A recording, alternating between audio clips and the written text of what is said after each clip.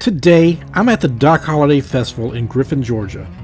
Located southwest of town in a city park that once was a Confederate camp. We'll dive into the festival, uncover the legendary Doc Holliday story across Georgia, and end at a mysterious grave. I am Danny, and welcome to my channel, Denovator, where my experiences become your adventure. If you like the unique and unusual, then you came to the right place. Remember to please subscribe, and please hit that bell so you'll be notified when I release my next video. The Doc Holliday Festival kicks off with some hometown hospitality, courtesy of the Chamber of Commerce. Live music fills the park, setting the stage for a day full of Old West fun. Cowboy hats for sale. And of course, the kids' favorite, pony rides circling under the Georgia sun.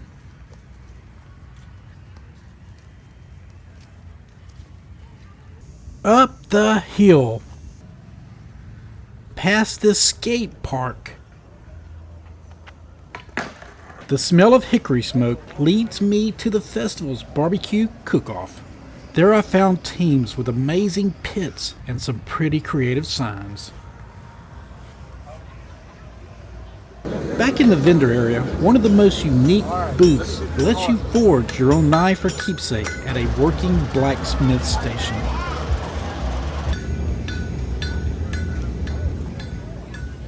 Of course, Doc Holliday even has his own brand of whiskey, courtesy of ACO Brands, complete with a reproduction pistol built into the packaging.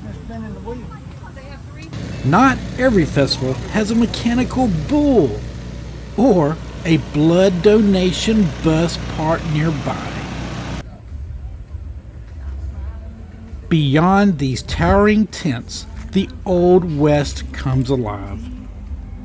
Wagons, saloons, and relics of frontier life set the stage for today's main event, a gunfight reenactment. It happens a few times throughout the day, but the one I'm waiting for is the last showdown at 3 o'clock. The performers brought the Old West to life. Faro was the most popular card game in the United States from 1800 to 1910. Some famous dealers or players of this game were Doc Holliday and Wyatt Earp. I even got to meet the Lone Ranger, who was good at the rope tricks. There was a display that had an old camera which was used to preserve the images of the past. And over here are examples of women's fashion back in the 1800s. But the real treasure trove was located next door. Stop the press! I know you want to learn about this individual in this casket, but we need to quickly talk about this person in this portrait. This is who the festival is celebrating. John Henry Doc Holliday, a legendary dentist, gambler, and famous gunfighter of the Old West, who was born here in Griffin. This Tucson, Arizona newspaper chronicled what would become one of the most famous events in the Old West, the gunfight at the OK Corral. And Doc Holliday was in the center of the action. Step right up! This is a reproduction of the petrified man once exhibited by conman Soapy Smith. In the late 1800s, Soapy made money showing off the supposed fossilized body, but most believe it was a manufactured sideshow attraction. While we wait for that 3 o'clock reenactment, let's travel around and see some of the historical places that relate to Doc Holliday in Georgia. North of the festival and downtown, I parked at the 9th Street Grocery. John Henry Doc Holliday was born in Griffin in 1851.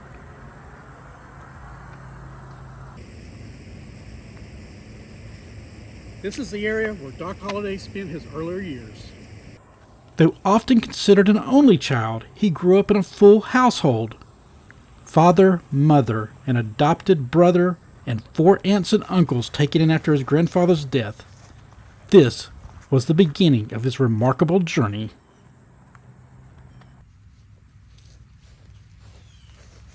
Traveling further north is the Camp Stevens Park. It was once home to a Confederate camp, just like the area where the festival is being held.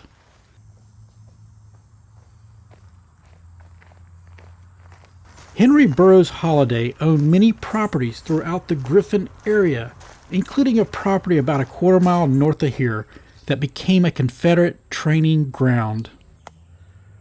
After resigning his commission in 1862, he would sell many of his properties to raise money to move his family south to Valdosta.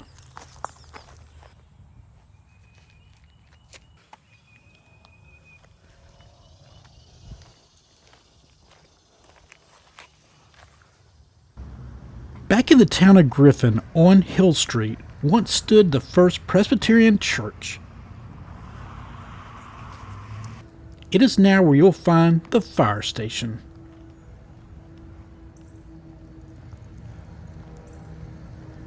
On Sunday, March 21st, 1852, infant Doc and his mother Alice were baptized. They were always very close. Just east of town, you'll find this Veterans Memorial, the Stonewall Confederate Cemetery,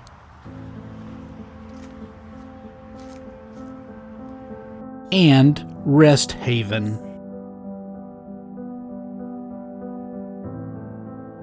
Here, beneath another Doc Holliday placard, rests Martha Eleanora Holliday, the sister Doc never had a chance to meet. She passed away at just 6 months old, a little over a year before Doc was born, becoming the first in her immediate family to succumb to tuberculosis. More than 175 years later, she still rests here in quiet solitude, though the care of Griffin's citizens ensure she is not forgotten. About 17 miles northwest of Griffin, at the County Line Baptist Church in Jenkinsburg, located all the way in the back, is the final resting place of Francis E. Dalgo. He was Doc Holliday's older brother. Henry Holliday fought in the Mexican-American War in the 1840s. He adopted young Francis, who became a Mexican orphan. Just a few years after Doc was born, Francis married Martha. Francis served as a Confederate soldier. He died in 1873, also from tuberculosis.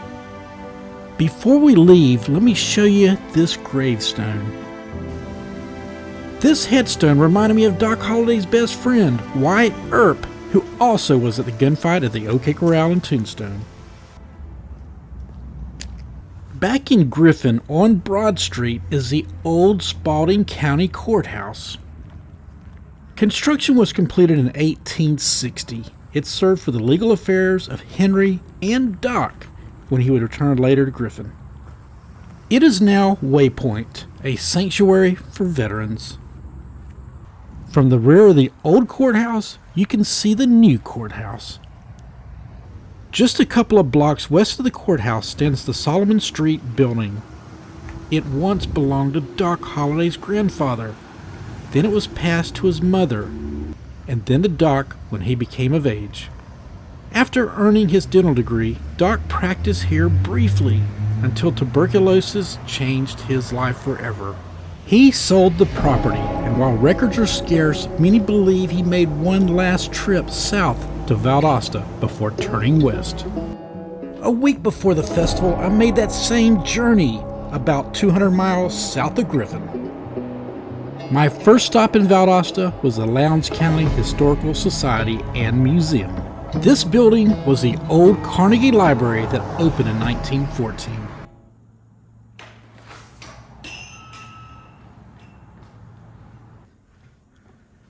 I want to thank Renata Milner for letting me explore the museum.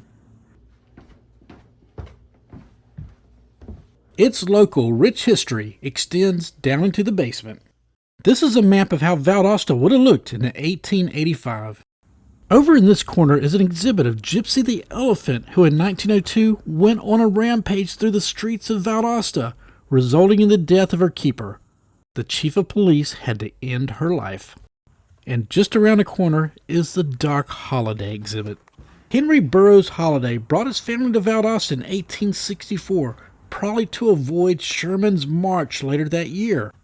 There's a Tombstone movie poster starring Kurt Russell as Wyatt Earp and Val Kilmer as Doc Holliday.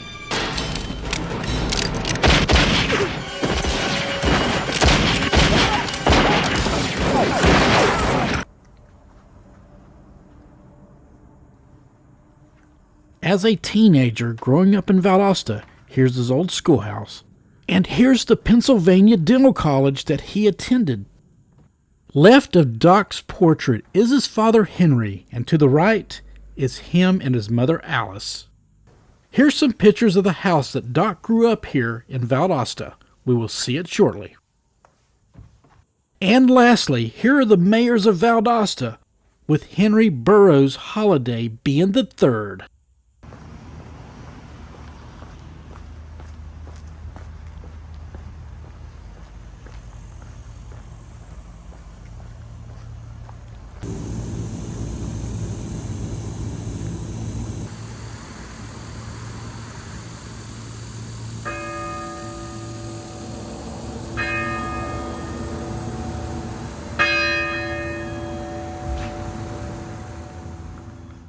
The Doc Holliday home, which was moved here from a different location, is located northwest of the museum. Doc Holliday would have lived in this home before heading to Pennsylvania to study dentistry, and later becoming a legend of the Old West. At the historic Sunset Hill Cemetery, Charles Strickland is still watching over his mill.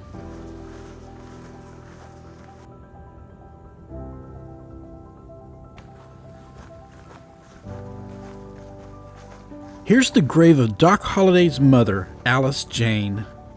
She died in 1866 of tuberculosis at the age of 37. 2 years after the family moved to Valdosta.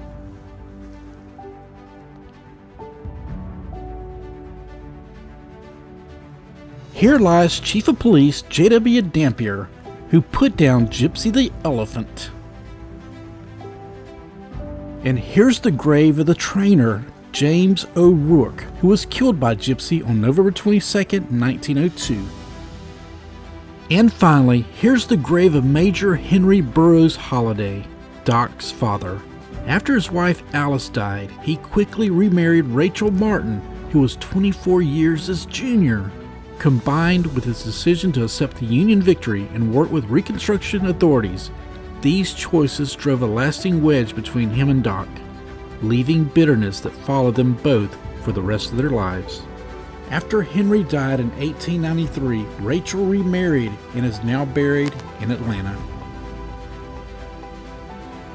We have just one more stop in Valdosta before heading back to the festival.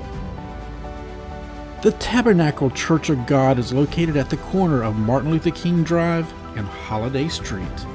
Towns usually honor their popular citizens by naming a road after them. I wonder, where did I see this sign before?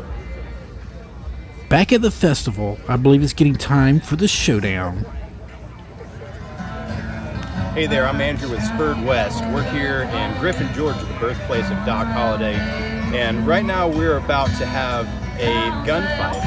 This is a historical reenactment of the Dothan Riot. Happened in 1889 in Dothan, Alabama. And stay tuned, it's going to be great. Before the reenactment, the Lone Ranger explains that even old-style guns loaded with blanks can still be dangerous. Now I'll begin our blank safety demonstration brought to you by Colt Firearms and Coca-Cola.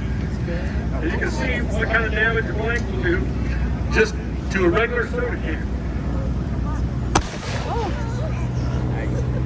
So you can see there's quite a bit of power behind those blanks. And now it's time for the 3 o'clock show to begin. Dominguez! You think you got away with it again, didn't you? You ain't gonna get away with beating on my brother now. So I don't know how they do it over there in Macon, Marshall, but here in the great state of Alabama, that lie you told in the courtroom, that's called perjury! Yeah, laugh. Oh, God! Oh! Get this trash out of my street. Over there with the cocaine. Reed! Something's going on down here. Come on, what's my son? Get your trash out of the street. Gord! Hey, Gord! everything's Gord, out. come out. Get the way down the street. Start with the face, I'll get all of you. Hey! That's my brother you're hitting over the head. Take a shotgun back inside. You can't do that! We're tired of it! Take a shotgun back inside. Final warning.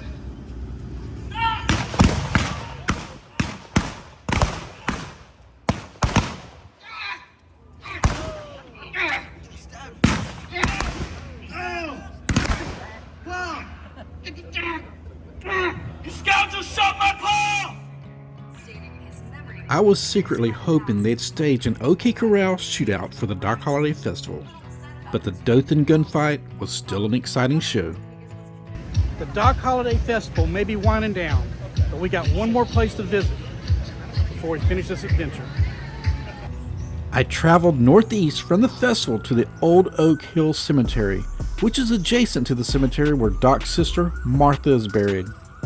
This amazing historical sacred place deserves a video all of its own. I passed by the Atkins Young Mausoleum where I found these cowboy boots. And noticed that it has a surveillance camera.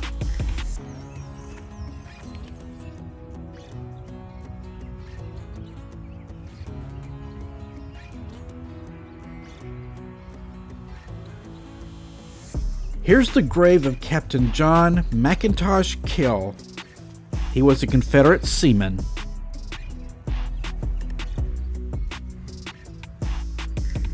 And then we arrive at these two graves.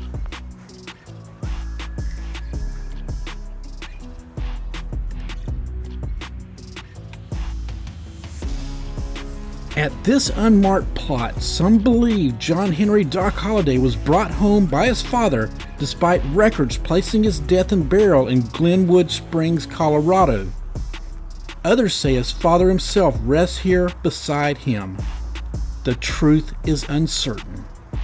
Even in Colorado, Doc's grave marker admits his body lies somewhere in the cemetery with no exact location. His family, too, is scattered.